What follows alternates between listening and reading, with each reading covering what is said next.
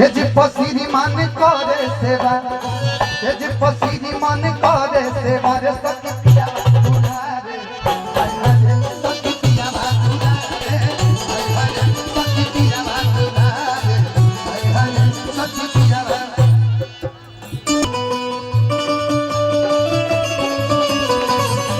डरो मत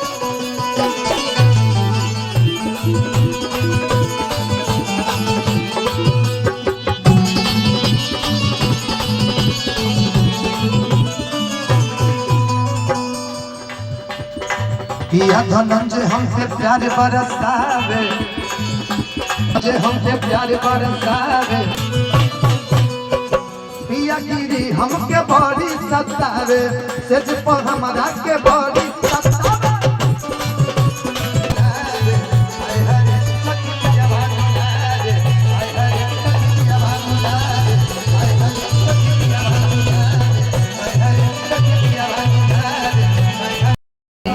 एगो माइक दिने नमस्कार के और से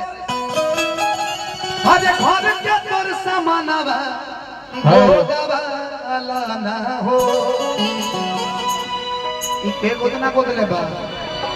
हो के गोदले बा कह दो हमें गोदले बानी हम गोदले बानी देखो है जकिए को तितली बना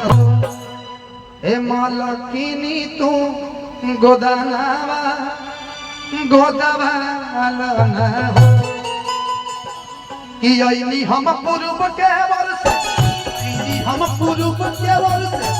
घर के तोर सामानवा गोदवाला ना हो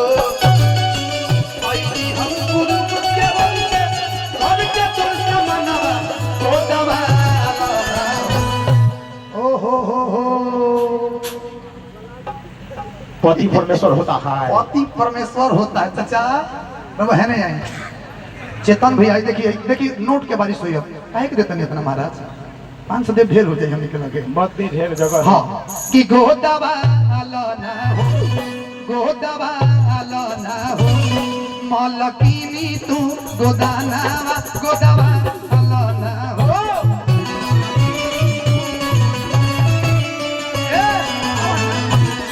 अपना हाथे पर गोदानावा गोदवाला